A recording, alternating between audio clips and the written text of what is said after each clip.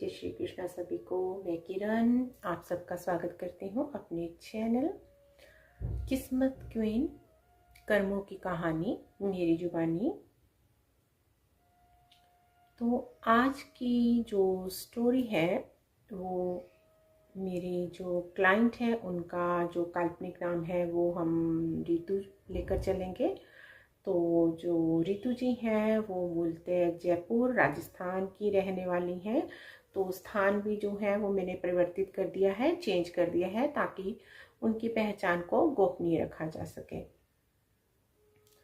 तो रितु जी ने मुझसे संपर्क किया कि वो ट्विन फ्लेम जर्नी में है। उन्हें ये पता चला किसी इंसान के साथ, उन्हें मेल के साथ उन्हें ऐसा कनेक्शन फील हुआ जिनके वो कनेक्शन में आई कुछ साल पहले कि वो उनके ट्विन है। और उन्होंने इस रिगार्डिंग अपनी रीडिंग भी करवाई, टैरो रीडिंग करवाई। तो उनको ये क्लैरिटी मिली कि वो उनके ट्विन ही हैं, वो उनके डीएम है और वो उनके साथ ट्विन फ्लेम जर्नी में है। अगर आपको ट्विन फ्लेम कनेक्शन के बारे में नहीं पता है, कभी नहीं सुना है या कोई डाउट है, तो यहाँ पर मैं आपको बता दूँ कि ट्विन फ्लेम कनेक्शन वो कनेक्शन होता है जिसमें एक जो पूर्ण आत्मा है, जो एक सोल है, उसको दो भागों में विभाजित कर दिया जाता है। तो एक भाग जो होता है वो डीएम एनर्जी होती है, मैस्कुलाइन एनर्जी होती है, और जो दूसरा भाग होता है ज़्यादातर वो फेमिनाइन एनर्जी होती है, डीएफ एनर्जी होती है। तो इसमें मेल फीमेल जेंडर का कोई लिंक नहीं है, इसमें एनर्जी का वो है कि किस बॉडी के अंदर मैस्कुलाइन एनर्जी है और किस बॉडी के अंदर फेमिनाइन एनर्जी है। तो जिस बॉडी के अंदर फेमिनाइन एनर्जी होती है उसे हम डीएफ बोलते हैं, और जिसमें मैस्कुलाइन एनर्जी होती है उसे हम डीएम बोलते हैं। तो जो डीएम है वो मेल फीमेल कोई भी हो सकता है, ऐसे ही डीएफ भी मेल फीमेल कोई भी हो सकता है। तो ये सिर्फ एनर्जी की बात है। तो रितु जी अपने प्यार से ये जानना चाहती थी, क्या उनके काउंटर पार्ट के साथ, उनके डीएम के साथ, जिनका काल्पनिक नाम यहाँ पर वरुण है, क्या वरुण जी के साथ उनका कुछ पास्ट लाइफ का कर्मा रिजोल्व करना बाकी है, जिसके कारण कि उनका हार्मोनियस यूनियन अभी तक पेंडिंग है, अभी तक नहीं हो पाया है। तो वो जानना चाहती थी कि उनका पास्ट लाइफ में, पूर्व जन्म में अपने काउंटर पार्ट वरुण जी के साथ कैसा रिलेशन रहा है, क्या वो अच्छा रिलेशन रहा है या कुछ ऐसा उनके बीच में कुछ हुआ है कि जो कर्मा जो अभी रिजोल्व करना पेंडिंग है, जिसकी वजह से उनका हार्मोनियस यूनियन नहीं हो पा रहा है। और अभी तक रितु जी ने ये बात वरुण जी को नहीं बताई थी कि वो इस कनेक्शन में है, वो ट्विन फ्लेम कनेक्शन में है। बस रितु जी को ये फील होता था तो उन्होंने रीडिंग ले ली, और उनको ये पता था, उनको ये भी महसूस होता था कि वरुण जी को भी ऐसा कुछ कनेक्शन उनके साथ फील होता है। तो वो एक धार्मिक संस्था से जुड़े हुए हैं, तो मैं यहाँ पर उस संस्था का नाम नहीं लूँगी। तो वो दोनों एक कॉमन धार्मिक संस्था से जुड़े हुए हैं। तो वो धर्म के जो भी काम है, सेवा के कार्यों से एक दूसरे से टच में रहते हैं, बातचीत होती है उस रिगार्डिंग उनके बीच में। पर ऐसा कुछ भी नहीं है, कनेक्शन फील होता है, मतलब कुछ ऐसा उन्होंने शेयर नहीं की है ऐसी फीलिंग कि उन्हें कुछ ऐसा कनेक्शन फील होता है, ना ही वरुण जी ने उनसे कहा है। और उनके बीच में एज गैप भी है। जो रितु जी हैं वो वरुण जी से लगभग शायद 10 साल बड़ी हैं, तो एज गैप भी है उनके बीच में। तो इन्हीं क्वेश्चन के साथ हमने रितु जी का जो पास्ट लाइफ है वो शुरू किया। उनको मेडिटेटिव स्टेट में लेकर गए पास्ट लाइफ उनका करने के लिए, पास्ट लाइफ रिग्रेशन करने के लिए। तो उन्हें स्पिरिट गाइड के रूप में उन्हें अपने गुरुजी नज़र आए, और जैसे ही वो पास्ट लाइफ के दृश्यों में गए तो उन्हें नज़र आया अपने ऊपर खुला आसमान है, नीचे घास है, मैदान है खुला और घास है उनके पैरों के नीचे। और उन्हें ऐसा महसूस हुआ कि उन्होंने अपने पैरों में गोल्डन कलर के जूते पहने हुए हैं और गोल्डन कलर के ही उन्होंने कपड़े पहने हैं, माला पहनी है, बैंगल्स चूड़ियाँ डाली हैं जो कि लेडीज़ महिलाएं डालती हैं, और सोने के जेवर उन्होंने डाले हुए हैं काफ़ी, ऐसा उन्हें फील हुआ। और उनकी जो एज, जब मैंने उनसे पूछा कि आपकी एज क्या होगी, तो उन्होंने बताया कि जो वो पूर्व जन्म देख रही हैं उस टाइम उनकी उस जन्म में 30 और 40 के बीच उनको फील हुई कि उनकी एज है। तो वो 30-40 के बीच की एक महिला अपने आप को देख पा रही थी। तो जब मैंने उनसे पूछा कि आप कहाँ पर हो, अपने आसपास के वातावरण को महसूस कीजिए, एक्सप्लोर कीजिए, किस जगह पर हो आप, तो उन्हें ऐसा महसूस हुआ कि आसपास उन्हें बगीचा, गार्डन नज़र आया। तो उन्होंने बताया कि उन्हें ऐसा लग रहा है कि वो इस गार्डन में किसी से मिलने आए हैं। तो वो पहले खुद को अकेला ही देख रही थी कि वो किसी से मिलने आई हैं। तो फिर उन्हें अपने साथ एक पुरुष नज़र आए, मेल नज़र आए। तो उन्होंने बताया कि वो उनके साथ सैर पर आई हैं, बगीचे में, गार्डन में घूमने आई हैं, वॉक पर आई हैं। तो दोस्तों, ऐसा होता है कि जैसे आप पूर्व जन्म के दृश्यों को एक्सप्लोर करते हैं, जाते हैं, तो जो दृश्य हैं वो धीरे धीरे आपके सामने आते हैं, क्लैरिटी आती है। स्टार्टिंग में चीज़ें बिल्कुल क्लियर नहीं होती हैं, एक एक करके चीज़ जो है आपके सामने आती है, क्लैरिटी आपको मिलती है कि एक्चुअल में आपको क्या दिख रहा है। तो समझना पड़ता है, इसके लिए जो पीएनआर थेरेपिस्ट है उनको क्वेश्चन पूछने पड़ते हैं अपने क्लाइंट से, उनको क्लैरिटी मिले, इसके लिए डिफरेंट डिफरेंट टेक्निक्स यूज़ करनी पड़ती हैं। तो यहाँ उन्होंने बताया कि वो सैर पर आए हैं किसी पुरुष के साथ। तो मैंने उनसे पूछा कि ये आपके कौन है, क्या आपके इस पुरुष के साथ आपका कोई संबंध है। तो उन्होंने बताया कि हाँ, ये मेरे हस्बैंड है। तो उस जन्म में जिस पुरुष के साथ वो बाग में सैर कर रही थी वो उनके पति हस्बैंड थे उस जन्म में। तो मैंने उनसे पूछा कि आप स्थान देखिए कि ये कौन सा स्थान है, कौन से शहर या गांव में है। तो उन्होंने मुझे बताया कि वो आगरा में है, ये आगरा में है जो बाग है, बगीचा है। और मैंने उनसे ईयर पूछा कि ये साल कौन सा है। तो उन्होंने मुझे बताया कि 1800 समथिंग ये ईयर है। उनको पूरा क्लियर समझ में नहीं आया कि कौन सा साल है, 1800 समथिंग कुछ ईयर उनको फील हुआ, महसूस हुआ। तो मैंने उनसे पूछा कि आपके पति के साथ उस जन्म में आपको कैसा फील हो रहा है, कि रिश्ता कैसा है आपका उनके साथ। तो उन्होंने बताया कि हमारा रिश्ता आपस में अच्छा है, संबंध हमारे अच्छे हैं। तो मैंने उनसे कहा कि अपने उस जन्म के पति की आंखों में देखिए तो आपको फील होगा कि किसकी एनर्जी आपको फील होती है। क्या इस जन्म में वो आपके कुछ है, लगते हैं, कोई जान पहचान या रिश्तेदारी में आपके हैं जो उस जन्म में आपके पति थे। तो उन्होंने बताया कि जो उस जन्म में उनके पति हैं वो इस जन्म में वरुण जी ही हैं, उनके काउंटर पार्ट, जिनके साथ उनको वो कनेक्शन फील होता है कि वो उनके ट्विन हैं, उनके डीएन हैं।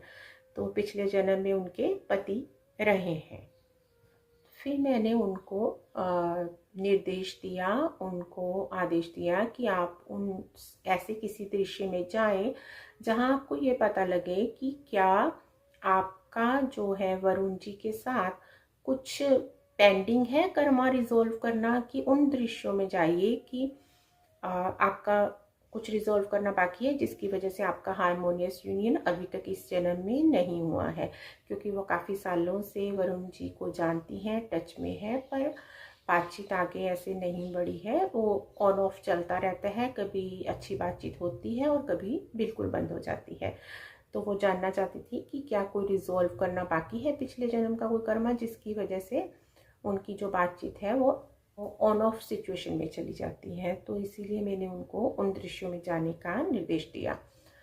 तो अचानक से वो कहने लगी कि उन्हें सफ़ेद लाइट दिख रही है, सफ़ेद प्रकाश दिख रहा है। तो मैंने उनसे पूछा कि सफ़ेद प्रकाश आपको ये प्रकाश देखिए कि कहाँ से आ रहा है, क्या कोई लाइट है, ट्यूब है, बल्ब है, ये सूर्य का प्रकाश है, किस तरह का प्रकाश आपको ये फील हो रहा है। तो उन्होंने कहा कि उन्हें डिवाइन लाइट, सफ़ेद रोशनी, सफ़ेद प्रकाश, यूनिवर्स का प्रकाश, डिवाइन लाइट फील हो रही है। तो मैंने उनसे पूछा कि क्या आप मेडिटेशन में बैठे हो, कोई साधना कर रहे हो आप देखिए कि ये प्रकाश कहाँ से आ रहा है, डिवाइन लाइट कहाँ से आ रही है। तो उन्होंने बताया कि सफ़ेद ही सफ़ेद है सब कुछ, हल्का, सब कुछ बहुत हल्का है। और तो ये डिवाइन लाइट उन्होंने बताया कि ऊपर से ही आ रही है, डिवाइन से ही आ रही है। उनके चारों तरफ उन्हें सफ़ेद प्रकाश, डिवाइन लाइट फील हो रही थी।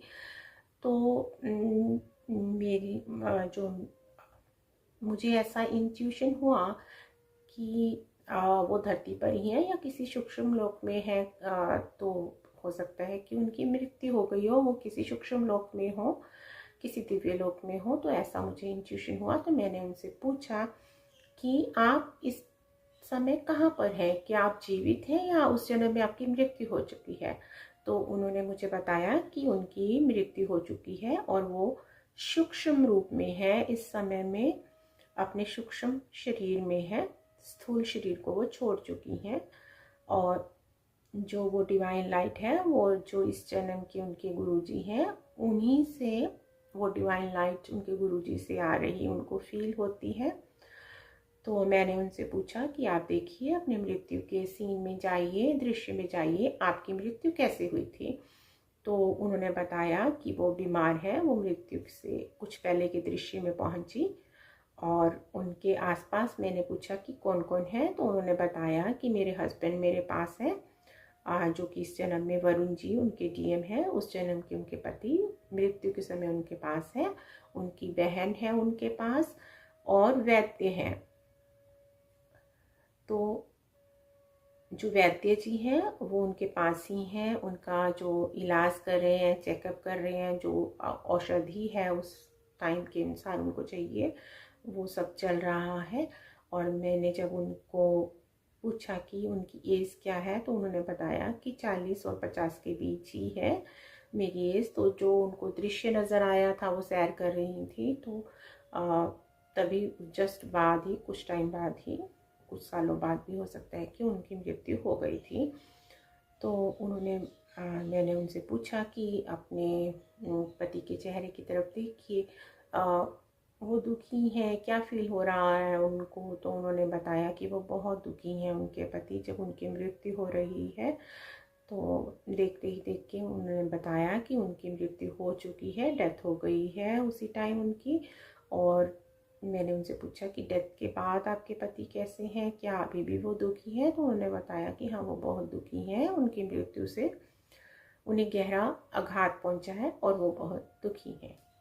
तो मैंने फिर उनसे पूछा कि देखिए, क्या आपकी मृत्यु के बाद आपके जो पति हैं वो जीवन भर दुखी ही रहे या नॉर्मल लाइफ जीने लगे। तो उन्होंने बताया कि वो जीवन भर दुखी ही रहे और उनकी मृत्यु के बाद वो लगभग 10 साल तक जीवित रहे।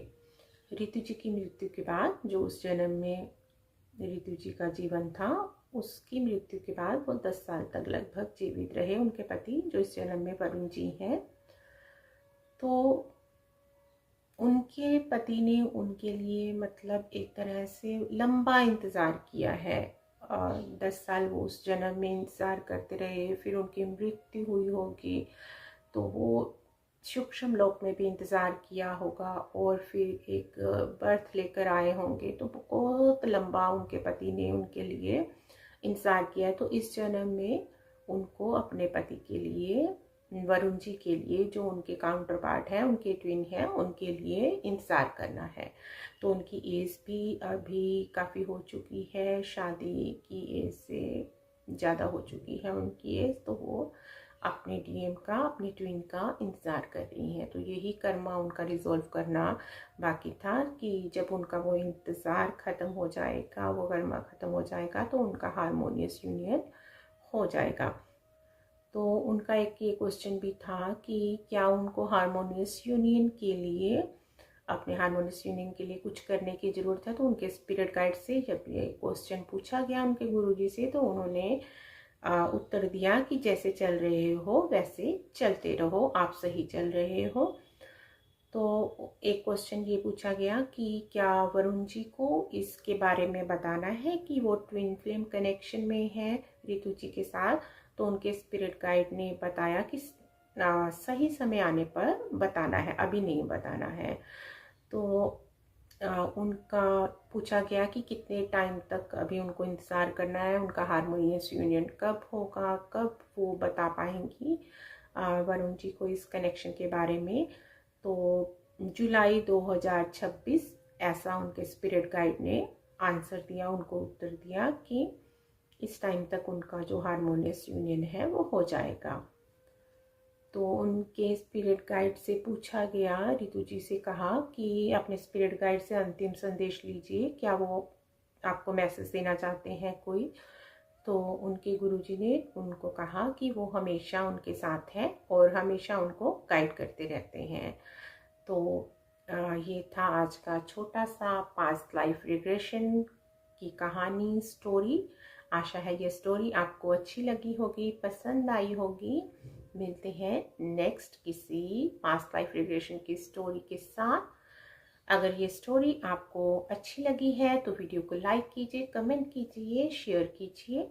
और आप भी ऐसी किसी समस्या से जूझ रहे हैं, चाहे ये आपकी पैसे से संबंधित कोई ब्लॉकेजेस हैं, फाइनेंशियल मनी की ब्लॉकेजेस हैं, चाहे किसी के साथ आप कर्मा पे करते करते थक चुके हैं, किसी कार्मिक बंधन में खुद को स्टक फील कर रहे हैं कि ऐसा क्या बिगाड़ा था इस इंसान का, मैंने पिछले जन्म में क्या कर्जा देना है जो कि ख़त्म ही नहीं हो रहा। तो ऐसा कोई क्वेश्चन आपके दिलो दिमाग में जंग मचा रहा है, कोई करियर से रिलेटेड आपका कोई क्वेश्चन है, लाइफ पर्पस से रिलेटेड आपका कोई क्वेश्चन है कि आपको क्या चूज़ करना चाहिए, किसी रिलेशनशिप में जाना चाहते हैं, क्लैरिटी चाहते हैं कि इस रिलेशनशिप में आपको आगे बढ़ना चाहिए या नहीं बढ़ना चाहिए, तो ऐसे किसी भी क्वेश्चन का आंसर जानने के लिए अगर आपकी इंट्यूशन आपको गाइड कर रही है कि आपको पास्ट लाइफ रिग्रेशन करवाना चाहिए तो ज़रूर करवाइए। आप मुझसे कांटेक्ट कर सकते हैं, मेरी इंस्टाग्राम आईडी डिस्क्रिप्शन में दी हुई है, तो उसके थ्रू आप मुझसे अपना पास्ट लाइफ रिग्रेशन बुक करवा सकते हैं। और आप किसी अगर ऐसी बीमारी से जूझ रहे हैं जिसका आप इलाज करवा करवा के थक चुके हैं, ना तो बीमारी समझ आ रही है ना उसका इलाज हो पा रहा है, तो हो सकता है ये भी आपके पास्ट लाइफ से कोई संबंधित हो, जिसकी हीलिंग पास्ट लाइफ रिग्रेशन के दौरान हो जाती है।